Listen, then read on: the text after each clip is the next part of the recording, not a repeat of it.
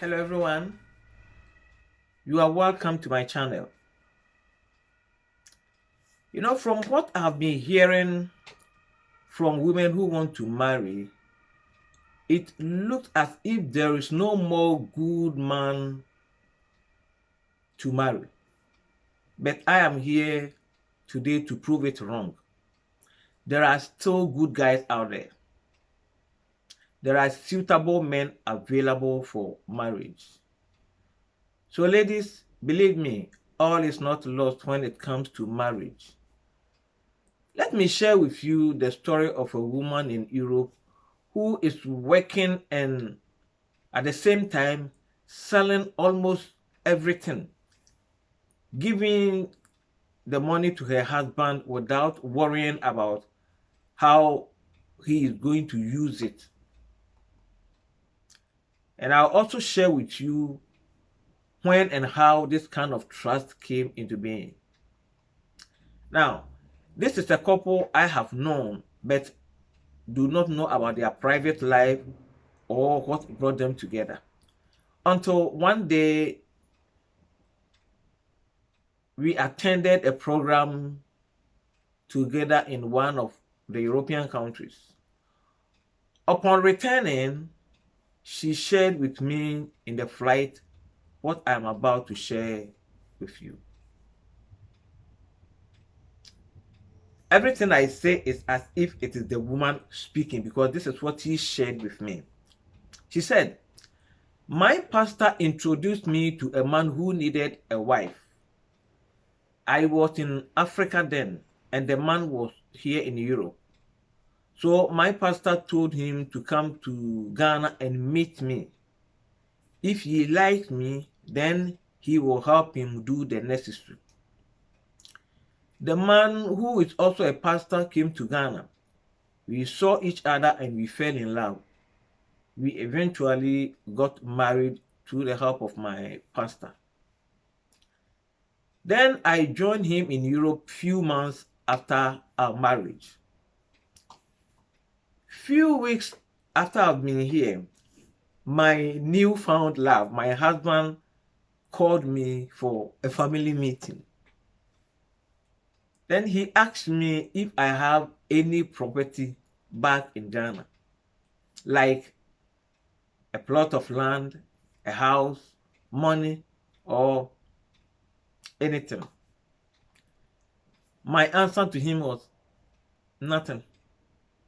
I don't have anything. He said, I felt a bit embarrassed, but I must be honest. I'm just starting life. And so I don't have anything. He said I was in my mid-20s and I didn't have any property. Then he said, no problem. It is not to embarrass you. I just want to know. And now I know that I have married to a woman who doesn't have anything to fall back on. This will help me to know how to go about things. So don't worry. He then told me that he has some plot of land, money, and other things in Africa.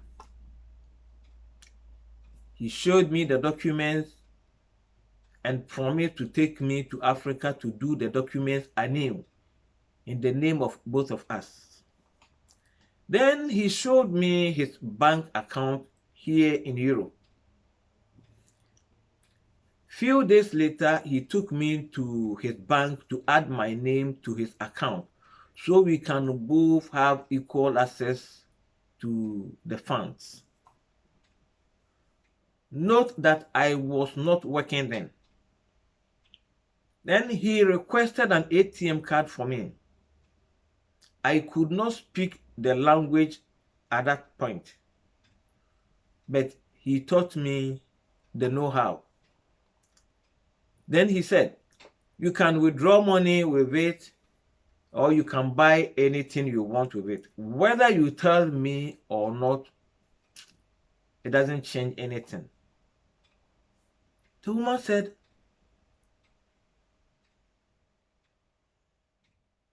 she said, I was totally amazed about this gesture.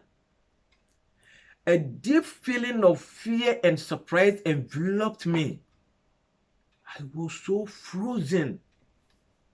I was totally humbled by the magnitude of love this man has shown me. I was pregnant then. When I gave birth to my firstborn, he treated me like a queen. Now, seeing how hard he was toiling, 6 months after delivery, I told him I want to find a job to support him. He said, "What for?" "Take care of yourself and the baby." Then a second baby came. During this period, we lived in a beautiful mountainous house belonging to his boss. We were not paying rent.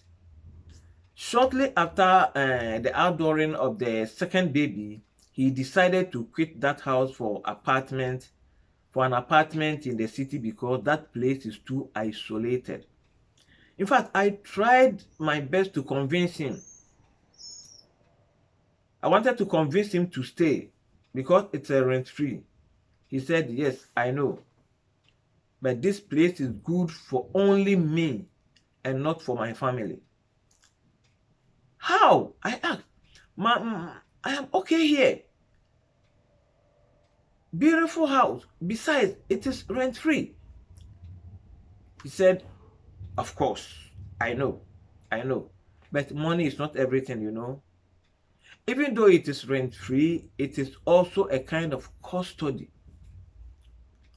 "How do you call it custody?" He said, "I call it custody because my wife is bound to stay in the house when I am not around.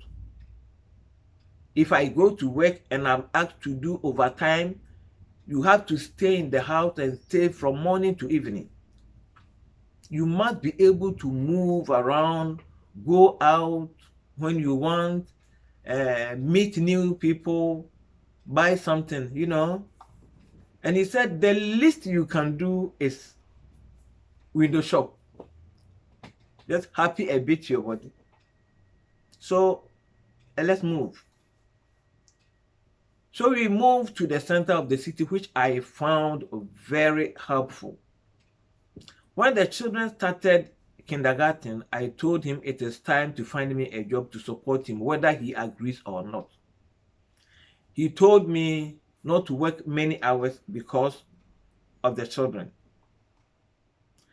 So I started working 6 hours a day. I also sell anything I can. I buy it here and I sell it there. You know, at times you can take some things, you can buy it at a cheap price and then give it to the colleagues, to people to buy them, and then they will pay it in installments for you. This is what she was doing. Said, "I buy it here and I sell it there." And the woman told me, said, "I have vowed to myself, I will marry this guy until marriage disgusts him. I will bombard him with love. I will support him with every atom of me." He's won my heart. And as I said earlier, we boarded the same flight. We were returning from a program.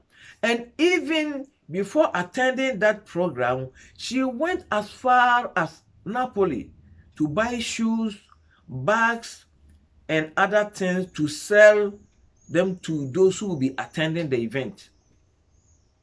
She said, "I am working hard, giving the money to my husband, and I don't care how he's going to spend it or use it because I trust him. He's won my heart." And today, the rest is history. Very happy couple, blessed with 3 adorable children. So, my dear, who told you all hope is gone when it comes to godly men and women for marriage? Even though that is the impression created, what we should not forget is that God will always, and I must say always, keep a remnant for himself. No matter how wicked a generation might be, there is always going to be knees that have never bowed down to Baal. Now, I narrated this story to tell you there are still good and godly guys out there. And there are also good and godly women too. So it's my prayer the Lord help you find one. God bless you and thanks for watching. See you in another video. Bye-bye.